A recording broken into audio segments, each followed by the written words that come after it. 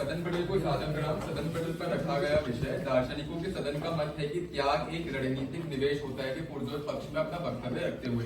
महोदय, सबसे पहले हमको समझने की आवश्यकता है कि दार्शनिक कौन होते हैं। तो दार्शनिक वह लोग होते हैं जो अपने आसपास समाज में व्याप्त हर एक चीज पर सोचते हैं, विचार करते हैं, विवेचना करते हैं, उसके बाद किसी कंक्लूजन में पहुंचते हैं। हम यहाँ पे केवल आध्यात्मिक पहलू या मेटाफिजिक्स की बात नहीं करेंगे, क्योंकि दार्शनिक अपनी आंखें बंद करके नहीं रहता है इस समाज के अंदर, वो सब कुछ देख रहा है, तो वो हर चीज के ऊपर सोचता है कहीं ना कहीं।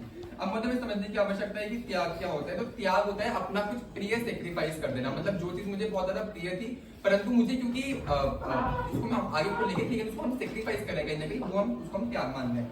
रणनीतिक निवेश यानी कि स्ट्रेटेजिक इन्वेस्टमेंट, इसमें हम होता है जो मनुष्य होता है वो कहीं ना कहीं सेल्फ इंटरेस्ट देख रहा है और उस सेल्फ इंटरेस्ट को खोज रहा है, और सेल्फ इंटरेस्ट के कारण वो जो त्याग कर रहा है, मतलब सेल्फ इंटरेस्ट उसने देखा, उसके बाद उसने त्याग किया, उसको हम लोगों ने स्ट्रेटेजिक इन्वेस्टमेंट यानी कि रणनीतिक निवेश कर रहा है ताकि उसको कुछ फायदा हो सके। अब मुझे समझने की आवश्यकता है कि मनुष्य ने फायदे को यहाँ पे हम लोगों ने फायदे को यहाँ पे एक स्टेक होल्डर ही क्यों माना है, क्योंकि महोदय जो मनुष्य होता है वो एक सेल्फ सीकिंग एंटिटी होता है, मतलब वो हर परिस्थिति में अपना स्वार्थ कहीं ना कहीं देख रहा होता है। और मतलब में समझने की आवश्यकता है कि वो किसी दूसरे के लिए अगर त्याग कर रहा है तो किसी दूसरे इंसान का, जैसे कि यहाँ पे लिखा हुआ था कथन के अंदर भी, तो दूसरे इंसान का भी हम हित चाह रहे हैं, तो उस हित में भी क्योंकि हमको सुख मिल रहा है तो यहाँ पे भी कहीं ना कहीं हमारा ही स्वार्थ सिद्ध हो रहा है। इसी कारण से हम अपनी किसी प्रिय चीज का, बहुत इंपॉर्टेंट चीज का कहीं ना कहीं लोग त्याग कर रहे हैं। अब मुझे हम लोग यहाँ पे ना विभिन्न पहलुओं में बात करेंगे, हम केवल मेटाफिजिक्स से बात नहीं करेंगे, हम यहाँ पे राजनीतिक पहलू लेकर आना चाहेंगे, व्यवहारिक या पारिवारिक पहलू लेकर आना चाहेंगे, अंतरराष्ट्रीय संबंधों का पहलू लेकर आना चाहेंगे, आर्थिक आयाम लाना चाहेंगे और आध्यात्मिक पहलू भी लाना चाहेंगे।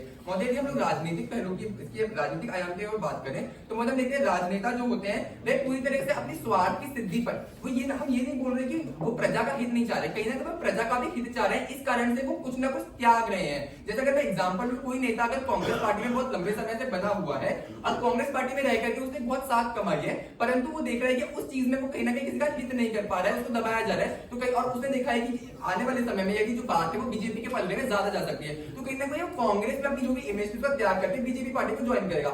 इसका एग्जांपल महोदय हम लोग बिहार में जो वर्तमान परिप्रेक्ष्य में देखा, नीतीश कुमार का एग्जांपल ले सकते हैं। नीतीश कुमार हर मतलब कभी ना कभी वो पलड़ा, अपना जो पलड़ा होता है वो चेंज करते रहते हैं, यानी अपनी जो इमेज उन्होंने किसी और के साथ बनाई थी उसको कहीं ना कहीं त्यागते रहते हैं और दूसरे के पलड़े में जाते रहते हैं, क्योंकि वो सेल्फ सीकिंग एंटिटी हम लोग यहाँ पे मनुष्य को लेकर के चल रहे हैं। महोदय जी हम लोग व्यवहारिक या पारिवारिक पहलू की बात करें तो हमको देखने को मिलता है जैसे जिस प्रकार एक कन्या को खाने पीने में कुछ भी पसंद हो सकता है कि मदिरा पान उसको करना पसंद हो, परंतु जब वो कन्या गर्भ धारण कर लेती है, जब वो कन्या जब उसको पता चलता है कि वो मां बनने वाली है, तो कहीं ना कहीं वो कई सारी चीजों को परहेज कर लेती है, उन चीजों को वो भले उसको पसंद हो रही हो लेकिन उन चीजों का त्याग कर देती है। क्यों त्याग कर देती है? क्योंकि उसको अपनी आने वाली जो जनरेशन है उसको हेल्थी बनाना है, कहीं ना कहीं आने वाली संतान को का पोषण अपने घर में कहीं ना कहीं करना है, इस कारण से वो हर चीज का त्याग कर देती है महोदय। इससे महोदय उसको भी सुख मिल रहा है और आने वाली जो जनरेशन है उसका भी हित हो रहा है। महोदय यदि हम लोग आईआर यानी अंतरराष्ट्रीय पहलू को यहाँ पर लेकर के आए तो ये तो महोदय पूरा चलता ही सेल्फ इंटरेस्ट और नेगोशिएशन पे बाय डेफिनेशन, अगर हम लोग हंस मॉर्गन के भी प्रिंसिपल को देखते हैं वो पूरा सेल्फ इंटरेस्ट के ऊपर चलता है। यहाँ पे महोदय यदि हम लोग इंडो पैसिफिक का एग्जांपल है,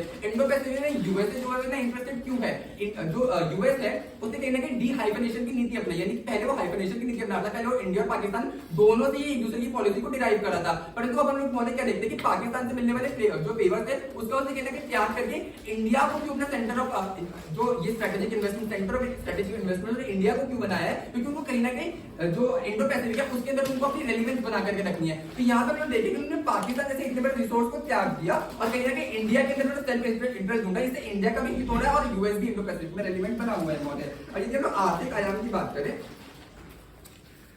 अब हम लोग आर्थिक आयाम की बात करें यानी इकोनॉमिक एस्पेक्ट की बात करें तो मतलब इकोनॉमिक एस्पेक्ट में भी हम लोग जैसा कि देख सकते हैं कि एक कंपनी जो होती है वो दूसरी कंपनी में इन्वेस्टमेंट करती है, यानी कि उनकी इक्विटी लेती है या उनकी रॉयल्टी लेती है। क्यों लेती है? ताकि एक प्रकार वो खुद तो काम कर ही रहे हैं लेकिन अपने कुछ पैसे जो उन्होंने उस अपने कार्य से अपने बिजनेस से जो उन्होंने अर्थ अर्जित किया है, जो उन्होंने कैपिटल अर्जित किया है कहीं ना कहीं वो किसी और जगह पे किसी और कंपनी में किसी और स्टार्टअप में स्ट्रेटेजिकली इन्वेस्ट कर रहे हैं, यानी उसका त्याग कर रहे हैं। इससे मतलब कहीं ना कहीं क्या हो रहा है कि उस जो जिसके अंदर वो इन्वेस्टमेंट कर रहे हैं उसका भी हित हो रहा है, लेकिन उससे क्योंकि वो इक्विटी शेयर्स और रॉयल्टी ले रहे हैं तो कहीं ना कहीं इनका भी हित हो रहा है और इनका ज्यादा हित हो रहा है क्योंकि ये एक तरफ अपना पैरेलल बिजनेस भी चला रहे हैं और वहां से भी इनको पैसा कहीं ना कहीं मिल रहा है।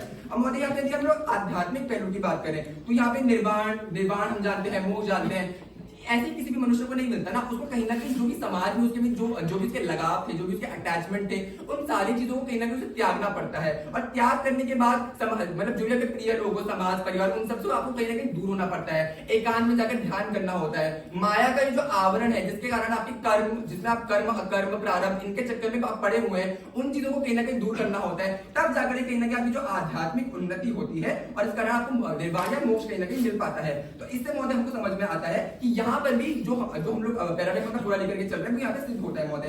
अब महोदय में समझने की आवश्यकता है, यहाँ पे एक शब्द आया है कथन में कि हम शुद्ध होते जब हमें सामने से विद्रोह का सामना करना पड़ता है। विद्रोह मतलब क्या? मतलब हमने जो जिस एक्सपेक्टेशन के साथ त्याग किया था, जिस एक्सपेक्टेशन के साथ हमने जो सेक्रीफाइस किया था और स्ट्रेटेजिकली इन्वेस्ट किया था, उस चीज के अंदर अपनी चीजें फूकी थी, उस चीज से हमको हमारा जो भी हम लोगों ने मतलब हम जो चाहते थे, हमको वैसा रिजल्ट कहीं ना नहीं मिल पाया, रिजल्ट नहीं मिल पाया। और हम लोगों ने इतना इन्वेस्टमेंट करा, इतना त्याग करा उस चीज को पाने के लिए, तो कहीं ना कहीं मैं अपसेट हो जाऊंगा, मैं शुद्ध हो उठूंगा।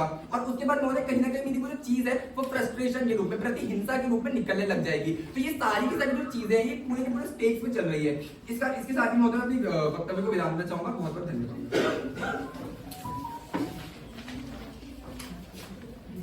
आपके वक्तव्य के लिए आपका बहुत बहुत आभार। सदन में 1 मिनट का सामान्य समय।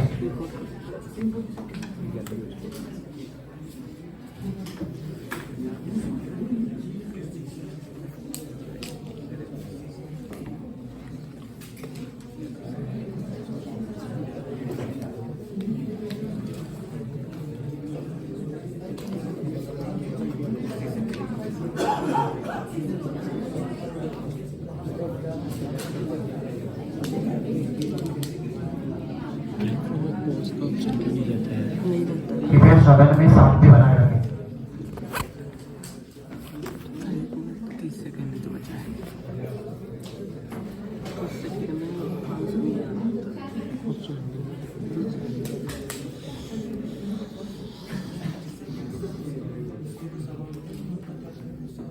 एक बोतल इधर रखो।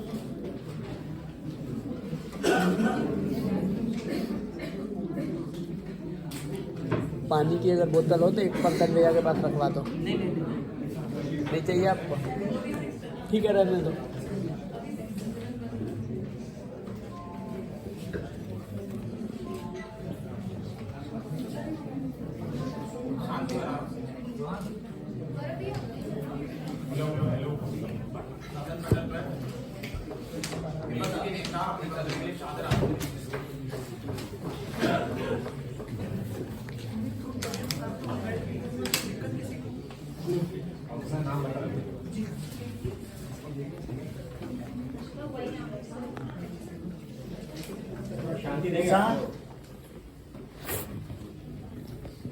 जुबान को फोन तो बंद रखिए प्लीज, मक्का के अलावा।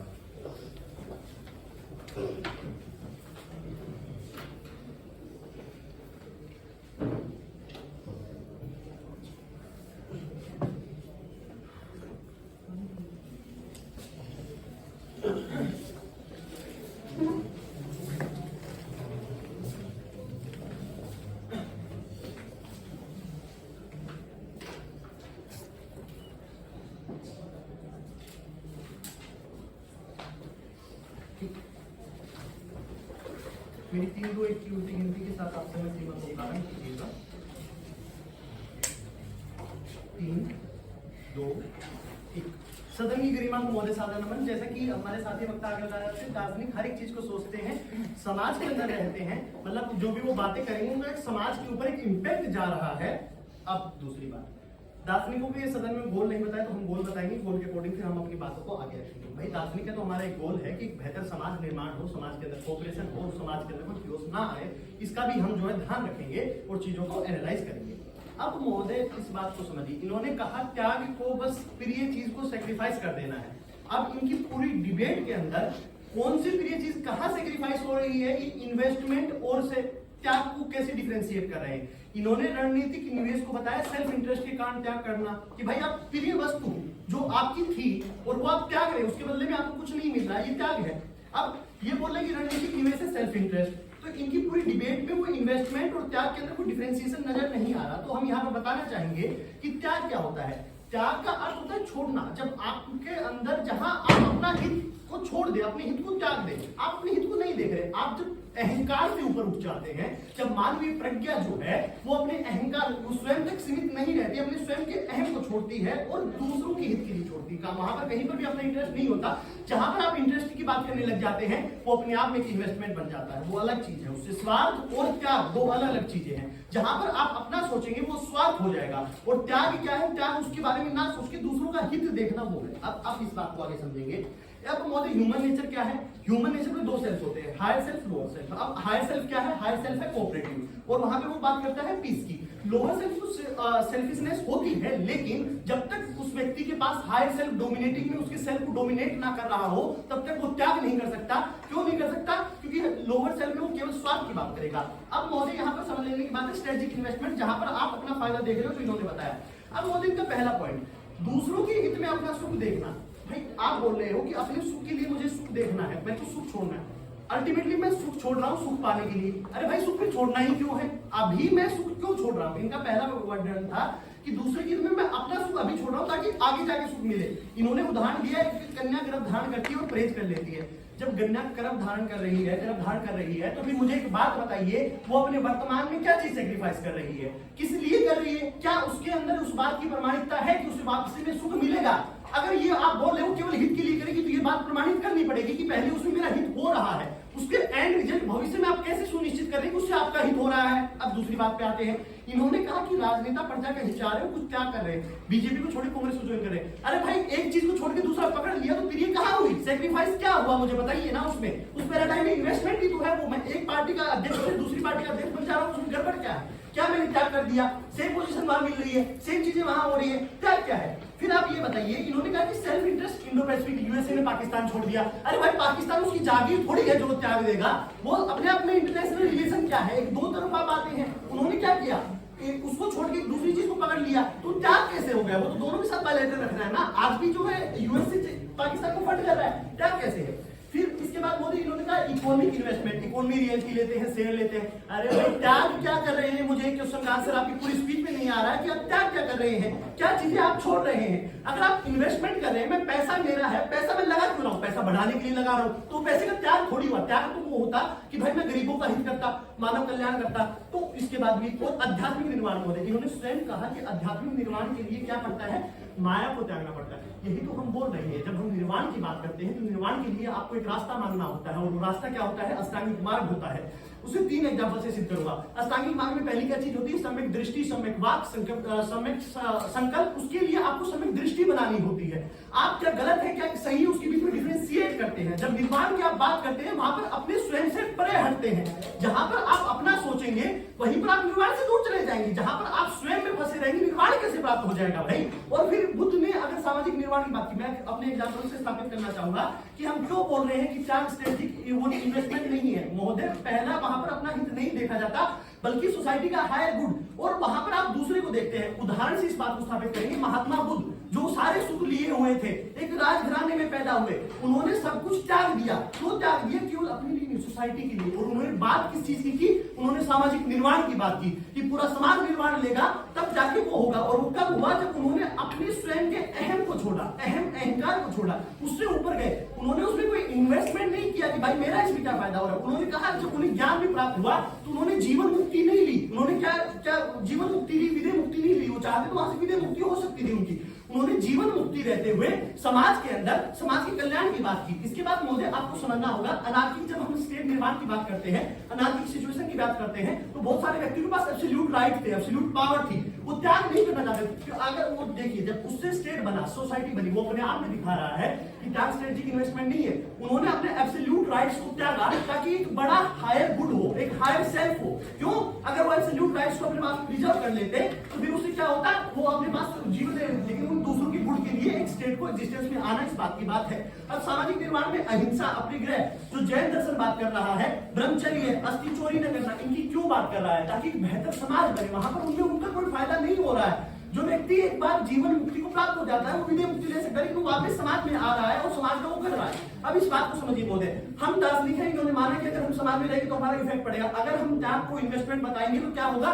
सोसाइटी में डिस्ट्रस्ट आएगा, एक दूसरे के ऊपर से भरोसा उठेगा। अगर आप समाज में दार्शनिक होकर ये बोल रहे हैं कि भाई त्याग जो है केवल इन्वेस्टमेंट है, लोग एक दूसरे के साथ साथ क्यों कोऑपरेशन करेंगे, क्यों एक साथ में संबंध आएगा, क्यों सामाजिक संस्थान बचेंगे, क्या सामाजिक संस्थान खत्म नहीं होंगे, डिस्ट्रस्ट नहीं आएगा और सोसाइटी में डाइवर्जन आएगा, सोसाइटी अपने आप में बढ़ती जाएगी। क्यों? क्योंकि लोग एक दूसरे पर भरोसा नहीं करेंगे, एक दूसरे के खिलाफ हो जाएंगे। इसी के साथ वाणी को विराम दूंगा। धन्यवाद। आपका बहुत बहुत आभार। आपने पक्ष के उपनेता को सदन पटल पर अपने वक्तव्य के लिए आमंत्रित करता हूँ।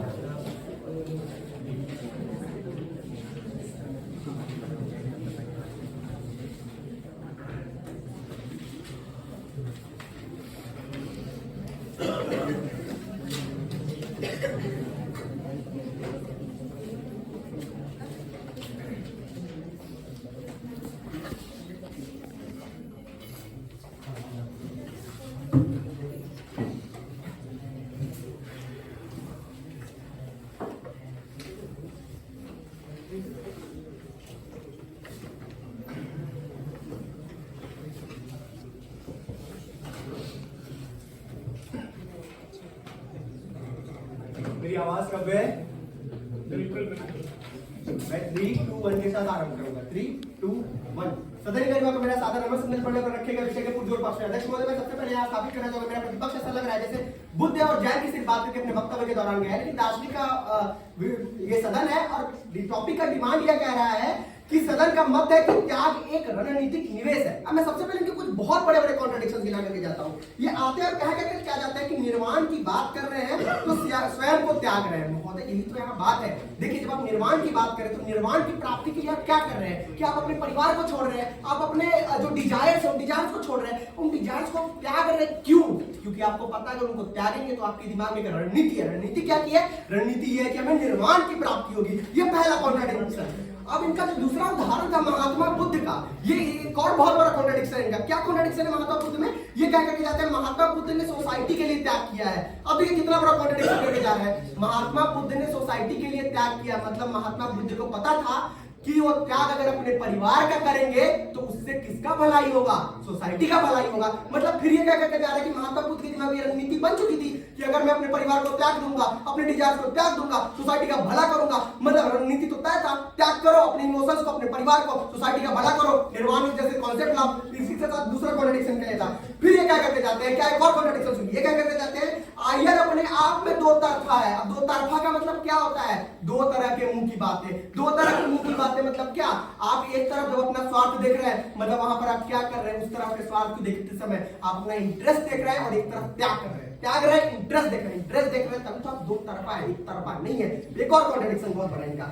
हायर सेल्फ लोअर सेल्फ की बात करके जाते हैं, क्या है, कौन है, पता नहीं। कॉन्वेंशनल डिबेट में, पार्लियामेंट्री डिबेट समझ में नहीं आता मुझे क्या वक्तव्य है। चलिए आते हैं मुख्य बिंदुओं पे, अपने प्रधानमंत्री को आगे बढ़ाते हुए। महोदय, हम अपने वक्तव्य के दौरान मेजर आयाम को लेकर दार्शनिक के रूप में हमने बताया था सर्वप्रथम कि राजनीतिक पहलू पे हमने कैसे बताया। देखिए, एक राजनेता इंसान का एक सेल्फ सीकिंग बॉडी है। सेल्फ सीकिंग बॉडी है मतलब वो सेल्फ इंटरेस्ट को आपने देखा है। जब वो अपने सेल्फ इंटरेस्ट को देख रहा है तो राजनेता के तौर पे क्या हो रहा है कि वो कांग्रेस या बीजेपी जहां पे भी जा रहा है। देखिए, जब नीतीश कुमार को क्या था, नीतीश कुमार को क्या का नुकसान हुआ, क्या त्याग करना पड़ा, मैं आपको बताता हूं। जो उनका अच्छा नाम था ना, वो पलटू राम में बदल गया। ये त्याग किया उन्होंने अपने राजनीतिक करियर के दौरान। जब और वो त्याग क्यों किया, उन्होंने, उनके अंदर में क्या चीज आ रहा था कि मेरी रणनीति बदल रही है। उनको पता था 2024 का इलेक्शन आने वाला है, इलेक्शन में मुझे पार्टियों को सांसद को रूप में देखना है। तो रणनीति पहले बनाया, तब उन्होंने अपनी जो अच्छी नामें कमाई थी उसको गंवाया। तो ये त्याग और रणनीतिक विशेषज्ञ यहाँ पर दोनों आकर के मिल जाते हैं और सदन में स्थापित होता है कि राजनीतिक तौर पे कैसे रणनीति बनाने,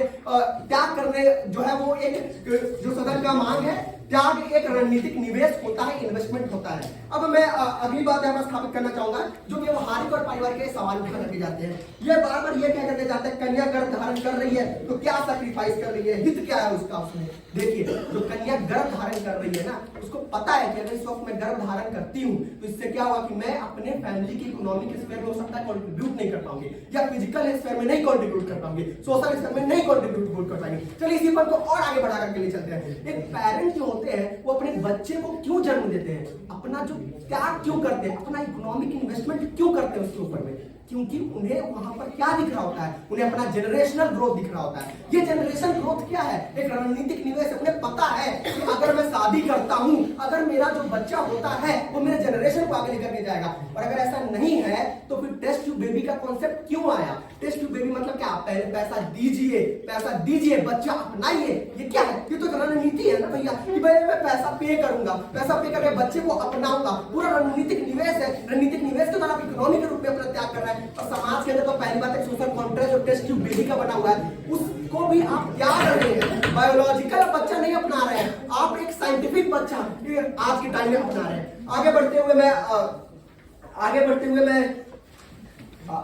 हुए मैं मुख्य जो बिंदु थे उसके ऊपर फिर से आता हूं। महोदय, मेरे प्रधानमंत्री आर्थिक पहलू की बात करके जाते हैं और अध्यात्म के पहलू की बात करके। देखिए, आर्थिक पहलू में क्या हो रहा है कि आप जब इन्वेस्टमेंट कर रहे हैं किसी चीज के अंदर में, आप किसी चीज में जब इन्वेस्टमेंट कर रहे हैं, किसी कंपनी के अंदर में इन्वेस्टमेंट कर रहे हैं, आप वहां पर क्या देख रहे हैं? पहले रणनीति बना रहे हैं, क्या डिमांड है या नहीं उस चीज का, सप्लाई है या नहीं उस चीज का। अब क्या आप इंडिया के अंदर में सेमीकंडक्टर का फैक्ट्री लगाएंगे या चाइना के अंदर में? ये रणनीति आप पहले बना रहे हैं, तब आप उसके अंदर अपना इकोनॉमिक एक्सपेंस लगा रहे हैं। तो ये क्या है, हमारे दार्शनिकों से यहाँ स्पष्ट हो रहा है कि जो हम रणनीति बना रहे हैं, पहले रणनीति बना रहे हैं तब हम त्याग कर रहे हैं, रणनीतिक निवेश कर रहे हैं। तो हर प्रकार का त्याग हमने बताया, सामाजिक हो, व्यवहारिक हो, पारिवारिक हो, दार्शनिक, अध्यात्म के तौर पर हमने पूरा यह स्पष्ट किया है कि किस प्रकार से जो अध्यात्म के तौर पर यह स्थापित होता है। अब मैं यह चाहूंगा मेरे आने वाले वक्ता इस बात का उदाहरण देकर के इस बात को स्थापित भी कर करके जाए कि अगर त्याग अगर जो त्याग है वो रणनीतिक इन्वेस्टमेंट नहीं है तो फिर कोई क्यों त्याग को करना चाहेगा? अब देखिए, जब यहाँ पे जो मेन पूरा डिबेट का स्टेक होल्डर है वो क्या है, वो त्याग का स्टेक होल्डर है। अब प्रतिपक्ष ये क्या बोल करके जाता है कि रणनीतिक निवेश के बिना हम त्याग करेंगे। भाई, सेल्फ इंटरेस्ट आप मान करके जा रहे हैं, सेल्फ सीकिंग आप मान करके जा रहे हैं। जब ये दोनों मेजर पहलू मान करके जा रहे हैं और उसके बाद आप कह रहे हैं त्याग बिना किसी इंटरेस्ट का करेंगे, तो भैया त्याग का तो कॉन्सेप्ट ही खत्म हो जाएगा। जब त्याग का कॉन्सेप्ट खत्म होगा तो क्या होगा? इमोशनल अटैचमेंट खत्म हो जाएगा। इमोशनल अटैचमेंट जब खत्म होगा तो क्या होगा? सोसाइटी के अंदर में एनार्की की सिचुएशन आ जाएगी। सोसाइटी के अंदर जब एनार्की की सिचुएशन आएगी, सोसाइटी पूरी तरह से विघटित हो जाएगी, टूट जाएगी, खत्म हो जाएगी। और इनके पैराडाइम में जो मेन स्टेक होल्डर हमारा त्याग है वही एग्जिस्ट नहीं करेगा एक्चुअल वर्ल्ड के अंदर में। और जो डिबेट के अंदर में एक शुद्ध शब्द का इस्तेमाल किया गया, अपसेट सबका, वही तो समझने की बात है। बहुत बड़ा ये जो सूचना लिखा गया उसके अंदर में, ये संदर्भ के अंदर लिखा गया बात है। तो शुद्ध शब्द है वो क्या बता करके जा रहा है पूरे डिबेट के, मैं कंक्लूड करूंगा, वो क्या बता करके जा रहा है? यही बता करके जा रहा है कि अगर हमारा रणनीति वो सफल नहीं हुआ त्याग करने के बाद तो हम अपसेट हो जा रहे हैं, मायूस हो जा रहा है। यही वो चीज बता रहा है। धन्यवाद।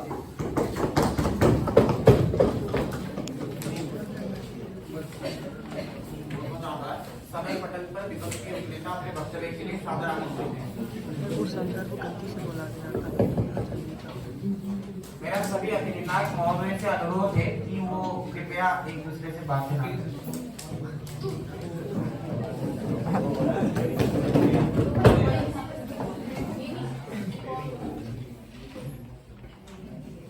अब ये नियम तुम पर ही लागू हो रहा है।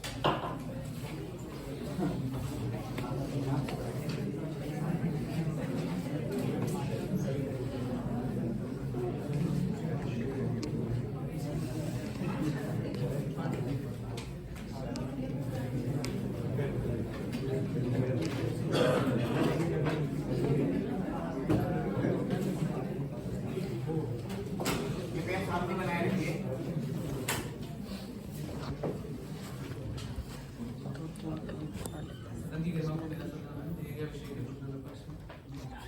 महोदय, मेरा अभी तक सदन में स्थापित क्या है? सदन में स्थापित है त्याग की हमारे वक्ता द्वारा दी गई परिभाषा और इनकी परिभाषा को जो हमने खंडित करा था। ये अपनी एक संकीर्ण परिभाषा लेकर के आते हैं और खुद इनके जो सारे के सारे आर्गुमेंट्स उस परिभाषा पर स्टैंड नहीं कर पाते। इनकी परिभाषा थी अपना कुछ प्रिय सैक्रिफाइस करना। मेरे वक्ता एक प्रश्न पूछते हैं कि आपके पूरे पैराडाइम में सैक्रिफाइस कहां है? आप नीतीश कुमार का उदाहरण देते हैं। उन्होंने क्या किया? उन्होंने सत्ता बदल ली और वो पलटू राम हो गए। उन्होंने त्याग क्या किया? उनकी प्रिय वस्तु थी कुर्सी, उस कुर्सी के लिए तो उन्होंने सब कुछ बदल दिया, पर कुर्सी तो सेंटर में वही रही ना। इसमें तो उनका इंटरेस्ट वैसे का वैसा बना रहा। त्याग कहां हुआ? उस प्रश्न का उत्तर अभी तक नहीं देखे जाते हैं। और उसके बाद महोदय, त्याग ये कब होता? जब वो कुछ सब्सटेंटिव अपने लिए त्यागते, जब वो अपने अहम को त्यागते। जो हम कह करके जा रहे हैं कि त्याग क्या होगा? त्याग होगा अपने अहम का त्याग करना। अहम से जुड़ा हुआ जो सारा का सारा हमारा एक तरह से इंटरेस्ट होता है, उस इंटरेस्ट का त्याग करना किसके लिए? उसको त्याग करना कलेक्टिव गुड के लिए, समाज के लिए। फिर ये ह्यूमन नेचर की जब हम बात करते हैं, हम बताते हैं उसका एक कॉपरेशन का भाव होता है, जिसको एक तरह से कंसीडर ही नहीं करना चाहते, जबकि और उसका कोई रिबटल भी नहीं देते हैं। महोदय, ह्यूमन नेचर कोऑपरेटिव इसीलिए होता है क्योंकि आज हम वाद विवाद कर रहे हैं, वाद विवाद करने के लिए हम एक साथ क्यों बैठ पाए? क्योंकि हमें कोऑपरेशन की भावना है। हम स्टेट का निर्माण हुआ, जो सोशल इंस्टीट्यूशंस का निर्माण हुआ, किसी भी तरह का जो भी एक तरह से ग्रोथ का इंसेंटिव आता है वो सब कुछ कोऑपरेशन से आता है, वो आता है ह्यूमन नेचर के हायर सेल्फ से। फिर उसके बाद महोदय की कहते हैं कि महात्मा बुद्ध ने सोसाइटी के लिए त्याग करेंगे, अगर परिवार के लिए त्याग कर लूंगा। महात्मा बुद्ध के ऊपर ये कहते हैं कि उनको पहले से पता था कि वो परिवार के लिए त्याग करेंगे तो अंत में सोसाइटी के लिए त्याग करेंगे। महोदय, सबसे पहले जब हम त्याग कर रहे हैं, ये त्याग और स्वार्थ के बीच का डिस्टिंक्शन एक तरह से बताकर नहीं जाते हैं।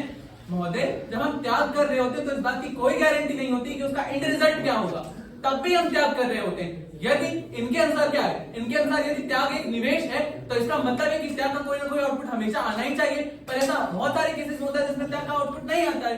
फिर उसके बाद महोदय कहते हैं, बुद्ध के सामाजिक निर्माण की जो बात करते हैं, बुद्ध ने जो परिवार का त्याग किया, उन्होंने परिवार का त्याग किया खोज के लिए, उन्होंने परिवार का त्याग किया ज्ञान की प्राप्ति के लिए। और जब उन्हें निर्वाण प्राप्त हुआ, उनके पास ऑप्शंस था, उनके पास ऑप्शन थे कि उन्हें जीवन मुक्ति चाहिए या फिर विदेह मुक्ति चाहिए। उन्होंने जीवन मुक्ति को चुना, क्यों? क्योंकि वो अपने साथ साथ समाज के और भी वर्ग को लेकर के चलना चाहते थे। स्वार्थ क्या होता? स्वार्थ होता जब वो अपनी इच्छाएं, जो एक तरह से उन्होंने अपनी इच्छाओं को छोड़ा। और उसके बाद मुझे निर्वाण अपने आप में क्या है? निर्वाण है मोक्ष प्राप्त करने की, निर्वाण प्राप्त करने की इच्छा का भी त्याग कर देना, वहां पर निर्वाण की प्राप्ति होती। अगर आपके अंदर मोक्ष प्राप्त करने की भी इच्छा है तब आपको मोक्ष नहीं प्राप्त हो सकता। पर इनके पैराडाइम में क्या है कि इनके पैराडाइम में जब वो मोक्ष प्राप्त करने जा रहे थे तो उनके अंदर मोक्ष प्राप्त करने की इच्छा पहले से विद्यमान थी। सभी प्रकार की इच्छाओं से मुक्त होकर के ही निर्वाण प्राप्त हो सकता है। फिर उसके बाद ये आईआर की बात करते हैं और ये कहते हैं कि आईआर में एक तरह से इंटरनेशनल आईआर की बात को हमारी समझ नहीं पाते। ये कहते हैं कि यूएसए ने पाकिस्तान को एकदम से छोड़ दिया है, अब वो इंडिया की पूरी तरह से साइड हो गया। महोदय, जो इंटरनेशनल रिलेशंस होता है, पहली बात तो त्याग पर नहीं चलता है, वहां पर कोई किसी के लिए कुछ नहीं त्यागता, वो पूरी तरह से सेल्फ इंटरेस्ट पर चलता है, वो पूरी तरह से सेल्फ इंटरेस्ट पर डोमिनेटिंग होता है। और यहाँ पर त्याग कहाँ हो रहा है? अपने स्वार्थ की पूर्ति के लिए कुछ करना, वहां पर आप उसको त्याग से कैसे समझा पा रहे हैं? और पाकिस्तान को क्या यूएसए ने छोड़ दिया? पाकिस्तान के साथ आज भी उसके संबंध है, वो उसको भी फंडिंग दे रहा है, तो वो ये इनका एग्जांपल भी स्टैंड नहीं करता। फिर ये कहते हैं कि जो ये एक तो इनके पैराडाइम में क्या मानकर चलते हैं, मनुष्य केवल स्वार्थी होता है, पर वहीं पर ये जब उस गर्भावस्था की महिला की बात करते हैं तो ये कहते हैं मैं कंट्रीब्यूट नहीं कर पाऊंगी। उसके अंदर दूसरे की भावना कहां से आ गई? जब वो स्वार्थी है, उसके अंदर पूरी तरह से स्वार्थ छाया हुआ है, तो उसके अंदर ये बात कहां से आ गई कि वो कह रही है कि मैं अपनी फैमिली के लिए कंट्रीब्यूट नहीं कर पाऊंगी जब मैं गर्भावस्था में। यही इनका एक कॉन्ट्रडिक्शन है। फिर उसके बाद ये बात करते हैं कि ये रणनीति की बात करते हैं और ये मतलब ये कहते हैं कि पहले रणनीति बनती है, उसके बाद व्यक्ति निवेश करता है। महोदय, जो एक तरह से जो जीवन है वहां पर इतना ज्यादा ये उसको इतना प्लान तरीके से बता करके उसका इतना आइडियल चित्रण प्रस्तुत करना चाहते हैं जो कि वास्तविकता से बहुत दूर है। ये उसको सिर्फ ऐसे प्रस्तुत करना चाह रहे हैं कि हमने एक मनुष्य ने जो डिसाइड कर लिया, उसने जो भी डिसीजन ले लिया वो बिल्कुल डट्टो वैसा ही उसका डिसीजन आ जाएगा, उसमें अन्य कोई बाधाएं नहीं आएगी और कुछ होगा। पर महोदय, और अगर त्याग को हम उसके बाद हम दार्शनिक हैं और ये खुद मान करके जाते हैं कि जो हम दार्शनिक होकर जो विश्लेषण कर रहे हैं, जो बात कर रहे हैं, उसका समाज पर एक प्रभाव पड़ता है। यदि हम त्याग को स्ट्रेटेजिक इन्वेस्ट घोषित कर रहे हैं, हम बता रहे हैं उसके कॉन्सिक्वेंसेस क्या क्या होंगे, जिसको ये पता नहीं कैसे कहते हैं। ये कहते हैं कि त्याग का कॉन्सेप्ट खत्म, ये कहते हैं कि हमारे पैराडाइम में त्याग का कॉन्सेप्ट खत्म हो रहा है, जबकि त्याग का पैराडाइम इन्हीं के कॉन्सेप्ट में खत्म हो रहा है। क्यों? क्योंकि जो त्याग का इनहेरेंट नेचर है, त्याग का इनहेरेंट नेचर इनकी भी परिभाषा में यदि हम देख लें, इनकी परिभाषा से कह रहे हैं त्याग सैक्रिफाइस करना, कहां सैक्रिफाइस हो रहा है आपकी परिभाषा में? आपके एक भी उदाहरण में किसी भी प्रकार का सैक्रिफाइस नहीं हो रहा। आज छड़ी आपने अभी कुछ देर के लिए ये छोड़ दिया, उसके बाद आपको पता है आपको मिल जानी, तो त्याग क्या था? वो त्याग तो हुआ जब आपके अंदर आप उसको दोबारा पाने की इच्छा से मुक्त होकर उसको भूल जाइए जब। फिर उसके बाद महोदय, अगर त्याग स्ट्रेटेजिक इन्वेस्टमेंट तो समाज का क्या प्रभाव होता है ये हम बता कर जाते हैं। क्यों?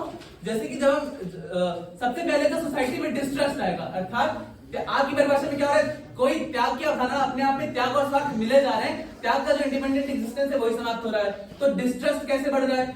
आज मैं कुछ कर रहा हूं, सामने वाला विश्वास ही नहीं कर पाएगा। सोसाइटी में जो कोऑपरेशन है, जो विश्वास की भावना है, वही अपने आप में समाप्त हो जाएगी। इससे क्या होगा? कॉन्फ्लिक्ट बढ़ेगा। कोई ट्रीटी क्यों ही साइन कर पाएगा? कोई किसी भी तरह का कोई कोऑपरेशन समाज में क्यों ही हो पाएगा?